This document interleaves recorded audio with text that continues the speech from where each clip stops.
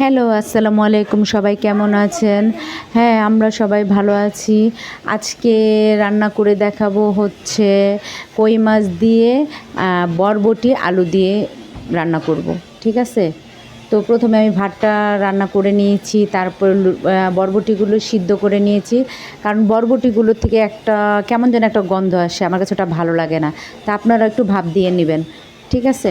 তো আমি কিন্তু এলপি গ্যাসে রান্না করি। আজকে রান্না করব হচ্ছে লাকড়ির চুলায়। কারণ আমার গ্যাসটা মানে ভাত রান্না করার সময় চলে গেছে। এই যে কই মাছ আনছে বাজার থেকে, আজকে এই মাটির চুলায় রান্না করব। এই যে কই মাছগুলো একদম জীবন্ত কই মাছগুলো। ঠিক আছে? এখন আমাকে বসে বসে কুটতে হবে কই মাছগুলো। তো যাই হোক, বাজার থেকে কুটে এনে নাই, যার কারণে এখন আমার কষ্ট করে কুটতে হবে। এই যে চিনির মধ্যে কই মাছগুলো রাখছি, যে দেখুন একদম নড়তেছে কই মাছগুলো, দেখুন গাইস। তো আমি একটু হাতে একটু ছাই নিয়ে নিছি। এখন ছাই দিয়ে সুন্দর করে কই মাছটা আগে ভালো মতো শক্ত করে ধরতে হবে, নয়তো ওই যে লাফালাফি করবে মাছ, যদি লাফালাফি করে হাতটা কেটে যাওয়ার সম্ভাবনা আছে। তো যাই হোক, মাছ কুটতেছি দেখুন। আমার অভ্যাস নেই মাছ কোটার, কিন্তু তারপর আজকে বাধ্য হয়ে মাছ কুটতে হইতেছে। কই মাছের আঁশগুলো ছাড়াই নিছি সুন্দর করে, পেটের ভিতরে ময়লাগুলো বের করে নিছি। তো দেখুন গাইস, এই যে কই মাছ কোটা আমার হয়ে গেছে, একটা কই মাছ অলমোস্ট কোটা হয়ে গেছে। এখন কই মাছগুলোকে সুন্দর করে ধুয়ে তারপরে এই যে হলুদ মরিচ মাখাই নিছি। এখন একটু করে ভেজে নেব। একটা সাইডে রেখে দিলাম কই মাছগুলো, মানে মশলা মাখিয়ে সাইডে রেখে দিলাম। তো এখন ফ্রাই প্যানে তেল দিয়ে দিলাম। এই যে আমার লাকড়ি চুলা, সবাই দেখুন।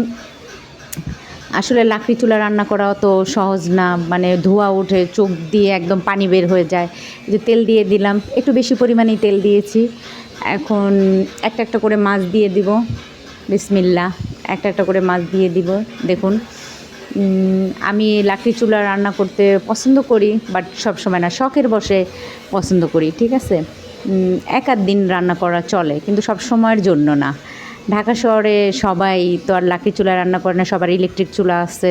আমি গরিব মানুষ ভাই, আমার ইলেকট্রিক চুলা নাই, এই কারণে আমি এখন রান্না করতেছি লাকড়ি চুলায়। তো সবাই সাথে থাকবেন। একদম সিম্পলভাবে আমি বরবটি দিয়ে আলু দিয়ে কই মাছ রান্না করব। তো এই যে অলমোস্ট আমার মাছ ভাজা হয়ে গেছে। এখন একটা পাতিল বসায় দিচ্ছি, কই মাছের যে তেলগুলো ছিল ওগুলো ঢেলে দিচ্ছি এই যে পেঁয়াজের মধ্যে। এখন সুন্দর করে পেঁয়াজগুলো একটু লাল লাল করে ভেজে নেব। হ্যাঁ, এই তো লাল লাল করে ভেজে নেব। ভেজে নেওয়ার পর আমি একে একে করে সব মশলাগুলো দিয়ে দিব।